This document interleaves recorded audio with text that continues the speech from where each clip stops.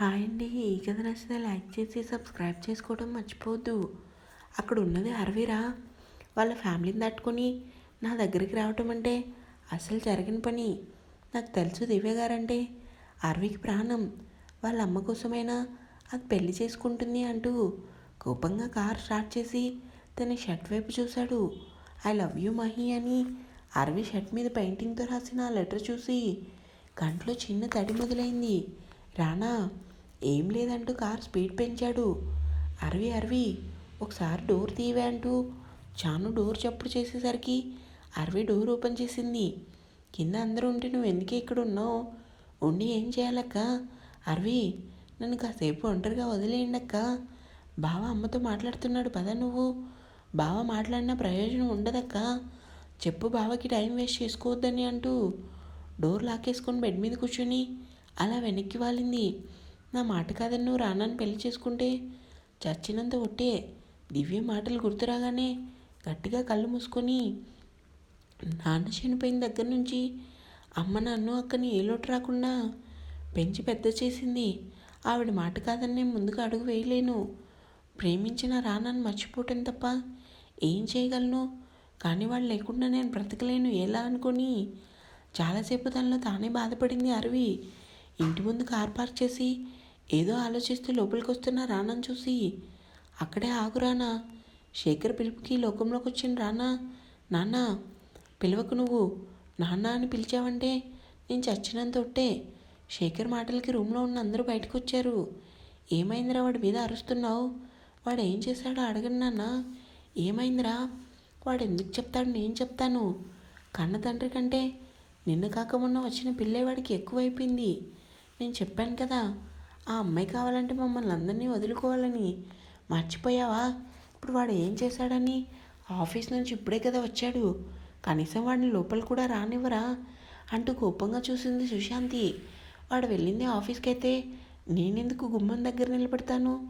తమరు ముద్దులు బిడ్డ వెళ్ళింది ఆఫీస్కి కాదు, మా అరవి కోసం దివ్య గారితో మాట్లాడడానికి వెళ్ళాడు. చూసావు కదా ఆ షర్ట్ ఎలా ఉందో. నీకు ఇంకా అర్థం కావటం లేదా? వాడికి ఏ రకంగా మర్యాద చేశారో. అది కాదు అంకుల్, అసలు అక్కడ ఏం జరిగిందంటే అంటూ శక్తి ఏదో చెప్తుంటే శేఖర్ కోపంగా చూసేసరికి శక్తి కామైపోయాడు. ప్రేమించిన అమ్మాయి వాడు ఎలా మర్చిపోగలడు? వాడి ధర్మం ప్రకారం అడగటానికి వెళ్ళాడు. అది కూడా తప్పేనా? భూపతి మాటలకి కోపంగా ముందుకొచ్చి అంటే వాడు అరవి దగ్గరికి వెళ్తున్నట్టు మీకు తెలుసా నాన్న? వాడు నాకు చెప్పే వెళ్ళాడ్రా. ఓ అంటే వాడి దృష్టిలో నాకు ఎంత విలువ ఉందో బాగా అర్థమవుతుంది. అది కాదురా, ఒకవేళ నీకు చెప్పినా ఇలానే కోప్పడతావని వాడు నీకు చెప్పలేదు. అందుకే నాకు చెప్పాడు. అవును, అందరికీ నా కోపం మాత్రమే కనిపిస్తుంది కానీ నా బాధ ఎవరికీ అర్థం కాదు. సరే, నా కోపం ఎక్కువే, నాకు చెప్పలేదు. ఇప్పుడు మీ మాట తీసుకుని మీ మనవడు వెళ్ళాడు కదా దివ్య గారింటికి, ఏమైందో అడగండి. శేఖర్ మాటలకి అందరూ రానా వైపు చూశారు. రానా మాత్రం తన తండ్రి వైపే చూస్తున్నాడు. అడగండి, అరవినిచ్చి పెళ్లి చేస్తాను అన్నారా? లేదంటే మెడపట్టి బయటికి గెంటేశారా? ఎందుకురా వాడి మనసు బాధ పెట్టేలా మాట్లాడుతున్నావు? శక్తి చెప్పు, అక్కడ ఏం జరిగింది? నేను లోపలికి వెళ్ళలేదు అంకుల్, బయటే ఉన్నాను. అవునా అంటూ శేఖర్ రానా ముఖం చూశాడు. తలదించుకుని ఉండటంతో అదిగో అయ్యగారి ముఖం చూస్తేనే అర్థమవుతుంది ఏ రకంగా అక్కడ మాటలు జరిగాయో. చెప్పరా, ఏమన్నారు దివ్య గారు? పిల్లనిస్తా అన్నారా? ఇవ్వను అన్నారా? ప్రతిదానికి మౌనం కరెక్ట్ కాదు రానా.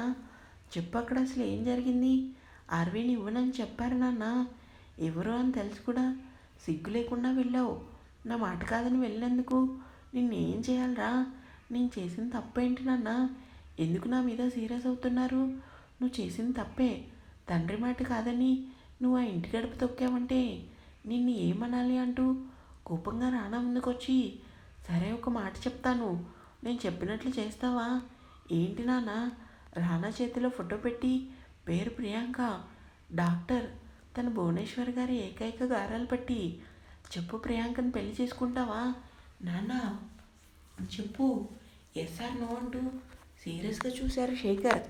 నా మనసులో అరవికి తప్ప మరొకరు చోటు ఇవ్వలేను నాన్న, అందుకు నా మనసు కూడా దానికి ఒప్పుకోదు అంటూ వెనక్కి తిరిగి కార్ స్టార్ట్ చేసి అక్కడి నుంచి వెళ్ళాడు. ఎందుకంటే వాడి మనసు ఇప్పటికీ బాధపడుతుంటే మీరు ఇంకా దాన్ని రెట్టింపు చేస్తున్నారు. సుశాంతి చేతిలో ఫోటో పెట్టి ఏం చేస్తావో తెలీదు. వాడిని నువ్వే పెళ్ళి కుప్పించాలి. ఏంటి? అవును అంటూ తన రూమ్కి వెళ్ళాడు శేఖర్. ఏమైంది మామయ్య? ఈయనకి ఈరోజు ఎందుకు కోపంగా ఉన్నారు? కోపం కాదమ్మా, బాధ. వాడి కారణంగానే కదా అరవికి రానాకి దూరం అయింది. అందుకే వాడి జీవితంలో మరో సంతోషం తీసుకురావాలని వాడి ఆరాటం. అసలు ఏం జరుగుతుందో వాడు చూస్తే అలా ఉన్నాడు, వీడు చూస్తే ఇలా ఉన్నాడు అనుకుని భూపతి బాధపడ్డాడు. స్నానం చేసి నీట్గా రెడీ అయ్యి బయటకు వచ్చింది అరవి. అందరూ హాల్లో కూర్చొని మౌనంగా ఉన్నారు. రామ్మ అక్కడే నిలబడిపోయావే? చిన్నగా నవ్వి సంధ్య పక్కన కూర్చుంది అరవి. ఏంటి నీ కళ్ళు ఎర్రగా ఉన్నాయి? మార్నింగ్ అంతా ఏడ్చావా? పారదు మాటకి అరవి ఏం సమాధానం చెప్పకుండా సైలెంట్గా ఉండేసరికి దివ్య కోపంగా చూసింది. బావ అడుగుతుంటే సమాధానం చెప్పవేంటే? కొంచెం తలనొప్పిగా ఉంది మా. దయచేసి ఎవరు గట్టిగా మాట్లాడకండి. పైకి ఏదో అలా ఉంది కానీ సంధ్య మనసులో మాత్రం చాలా కంగారుగా పైకి లేచి కిచెన్ రూమ్కి వచ్చి ఆలోచిస్తూ రానా అరవిల్ని లవ్ చేశాడు. ఇది కూడా అతన్ని ఇష్టపడింది. మరి ఎలా ఇష్టం లేకుండా పారదుకిచ్చి పెళ్లి చేయటం? దివ్య తొందరపడి నిర్ణయం తీసుకుందా? ఏంటి మా అక్కడ అందరు కూర్చొని మాట్లాడుకుంటుంటే నువ్వేంటి కిచెన్ రూమ్లోకి వచ్చి ఏదో ఆలోచిస్తున్నావు? ఏం లేదు మామయ్య. చెప్పు మా, శ్రీకాంత్ దగ్గరికి వెళ్ళటం నీకు ఇష్టం లేదా? అలాంటిది ఏం లేదు మామయ్య. మరి ఎందుకు అలా ఉన్నావు? అది మామయ్య, అరవింద్ చూస్తే రానాని ఇష్టపడుతుంది కదా, మరి ఎలా మనసు చంపుకొని పారదుని పెళ్లి చేసుకుంటుంది? మీరే చూస్తున్నారు కదా మామయ్య. వాడు పక్కన నుంచున్నా చాలు అరవి కోపంగా మారిపోవటమే కాదు, పురుగు చూసినట్టుగా వాడిని చూస్తుంది. నాకు అరవి మనస్తత్వం ఏంటో తెలుసు మామయ్య. మనిషి మంచివాడైతే చాలు, ప్రాణమైనా ఇస్తుంది. ఏమాత్రం ఎదుటివాడు తేడా కనిపించినా సరే కనీసం వాడిని మనుషునిగా కూడా చూడదు. అభిజాను పారదు కోసం చెప్తుంటే ఎందుకో నా మనసు పారదు బలవంతంగా అరవిని పెళ్లి చేసుకుంటున్నాడేమో అనిపిస్తుంది మామయ్య. పిచ్చి వదినా, ఎందుకు నువ్వు అలా ఆలోచిస్తున్నావు? పారదు ఒకప్పుడు అలా ఉన్నా ఇప్పుడు మాత్రం చాలా మంచివాడు. అరవి రానని మర్చిపోతుంది వదినా అంటూ లోపలికి వచ్చింది దివ్య. దివ్య అది కాదు నాన్న, మీరైనా చెప్పండి. వదిన మరీ ఎక్కువగా ఆలోచిస్తుంది. మీరు మీ వదిన ఎక్కువగా ఆలోచించడం లేదు మా, కరెక్ట్గానే ఆలోచిస్తుంది. కోపంతో నువ్వే సరైన నిర్ణయం తీసుకోలేదు. లేదు నాన్న, నేను కరెక్ట్గానే నిర్ణయం తీసుకున్నాను. నిజంగా నువ్వు కరెక్ట్గా నిర్ణయం తీసుకుని ఉంటే ఒకసారి అరవింద్ చూడంటూ ముగ్గురు అరవి వైపు చూశారు. అందరి మధ్యలో కూర్చొని ఉంది కానీ ఒంటరిగానే ఉంది. ఆమె మొహమే చెప్తుంది తన మనసులో ఎంత బాధ ఉందో. ఇప్పుడు చెప్పు, సరైన నిర్ణయం తీసుకున్నావా? నాన్న, అంతా అయిపోయాక ఎందుకు ఈ మాటలు? లేదు దివ్య, నిజం చెప్పు. అరవి పారదుతో సంతోషంగా ఉండదని నీకు తెలుసు కదా. తెలుసు కానీ నా నిర్ణయం మాత్రం మారదు అంటూ దివ్య కోపంగా తన రూమ్కి వెళ్ళింది. జయచంద్ర, సంధ్య ఇద్దరు ఒకరి ముఖాలు ఒకరు చూసుకొని బాధపడ్డారు.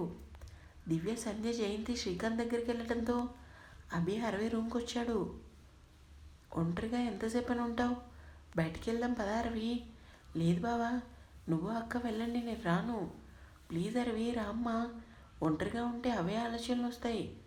సరే బావా పదండి వస్తానంటూ అరవి గట్టిగా ఊపిరి పీల్చుకొని వదిలి ఫేస్ వాష్ చేసుకొని రెడీ అయ్యి బయటకు వస్తుంటే ఇందులో పారదు అరవి చేతిని పట్టుకొని పక్కకి లాగాడు. అమాంతం ముందుకు పడిపోకుండా తనను తాను నిలదొక్కుని మౌనంగా పారదు వైపు చూసింది. ఏంటా చూపు? మార్చు. ఎక్కడికి వెళ్తున్నావు? అబ్బిబావ బయటికి తీసుకెళ్తున్నాడు. అన్నయ్య వదిన సంతోషంగా వెళ్తుంటే మధ్యలో నువ్వెందుకు పానకంలో పుడకలా? ఏంటి ఎప్పుడు అరుస్తున్నా మీద విరుచుకుపడే నువ్వు ఇంత సైలెంట్గా ఉన్నావు అంటే ఎందుకో నమ్మబుద్ధి కావటం లేదు. అసలు నువ్వేనా ఇంత కామ్గా ఉంటే? నువ్వు అలా ఉంటే నాకేం ఊసిపోదే. నీకు విషయం చెప్పనా? నువ్వేం మాట్లాడతావు? నీ పిచ్చి కానీ అంటూ అరవి చేతిని పట్టుకుని మీ అమ్మ రానాని యాక్సెప్ట్ చేయలేదు కదా, అందుకు రానా వాళ్ళగా నాన్నగారు ఏమన్నారో తెలుసా? హో తమరు సైలెంట్దా? సరే చెప్పేది విను. పేరు ప్రియాంక, డాక్టర్. తను వారం రోజుల్లో రానాకి ప్రియాంకకి పెళ్ళి తెలుసా నీకు? ఏంటి నమ్మలేక అడిగింది అరవి. అవును మరదల పిల్ల. అరే నీకు ఈ విషయం రానా చెప్పలేదా? బంగారు, నాకు తెలిసి చెప్పి ఉండాలి కదే. ఎవరికైనా చెప్పు, నీ అబద్ధాలు నాకు కాదు. నేను చెప్పేది నిజం బంగారం. కావాలంటే రానని అడుగు. చూడు ఇప్పటికే చాలా చేశావు, ఇకనైనా నీ వేషాలు మార్చుకోలేదంటే ఆపు బంగారం. నేను చెప్పేది నిజం. కావాలంటే నువ్వు రానాతో మాట్లాడు. పార్దు ఏం అబద్ధాలు చెప్పాడు కదమ్మా. నీకు తెలిసినంత వరకు నిజమే కదా నీకు చెప్పేది. అరవి ఏం మాట్లాడలేదు. పార్దుని వెనక్కి నెట్టి ఆలోచిస్తూ బయటకు వచ్చింది. పార్దు అరవి చేతిని పట్టుకొని కారులో విసురుగా నెట్టి మూసుకొని కూర్చో. చేతికైన గాయాన్ని చూసి అరే దెబ్బ ఎలా తగిలింది మరదలా. ఎక్కడ లేని కోపం వచ్చి పార్దు చెంపదెబ్బ కొట్టాలని చూసింది కానీ విరక్తిగా నవ్వుకొని విండో బయటకు చూసింది. అరవి, నేను చెప్పేది నిజమో కాదో తెలుసుకుందాం సరేనా. ఇప్పుడు నువ్వు నన్ను ఎక్కడికి తీసుకెళ్తున్నావు? భయపడకు, నీకు తెలిసిన చోటుకే అంటూ కారు వేగంగా పోనిచ్చి రాణా ఆఫీస్ ముందు కారు ఆపాడు పార్దు. అరవి షాక్గా పార్దు వైపు చూసింది. ఏంటా చూపు, పద లోపలికి. ఎందుకు తీసుకొచ్చావు ఇక్కడికి? పనిలేక అంటూ అరవి చేతిని పట్టుకుని దగ్గరికి తీసుకుని ఆఫీస్ లోపలికి అడుగుపెట్టాడు. అరవి పార్దుతో కలిసి రావటం చూసిన శక్తి షాక్గా చూశాడు. హాయ్ శక్తి, మీ బాస్ రానా ఎక్కడా? పార్దు వైపు కోపంగా చూశాడు శక్తి. ఎందుకంత కోపం చెప్పు, ఎక్కడా? తన ఛాంబర్లో ఉన్నాడు అంటూ అరవిని చూశాడు శక్తి. అరవి మాత్రం ఈ లోకంలో లేదు. పద మరదలా అంటూ అరవిని లోపలికి తీసుకెళ్లాడు.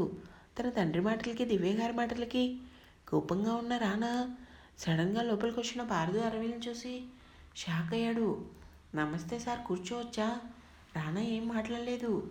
అరవిని చూశాడు పార్దు. పక్కన నిలబడి తలదించుకుని ఉంది. కావాలనే పార్దు అరవిని మరింత దగ్గరగా తీసుకొని ఎలా ఉంది మా జంట? ఎందుకు వచ్చావు? ఎందుకు వస్తాం? కారణం ఉండే వస్తాం. ముందు ఇక్కడి నుంచి వెళ్ళండి, లేదంటే ఏం చేస్తానో నాకే తెలీదు.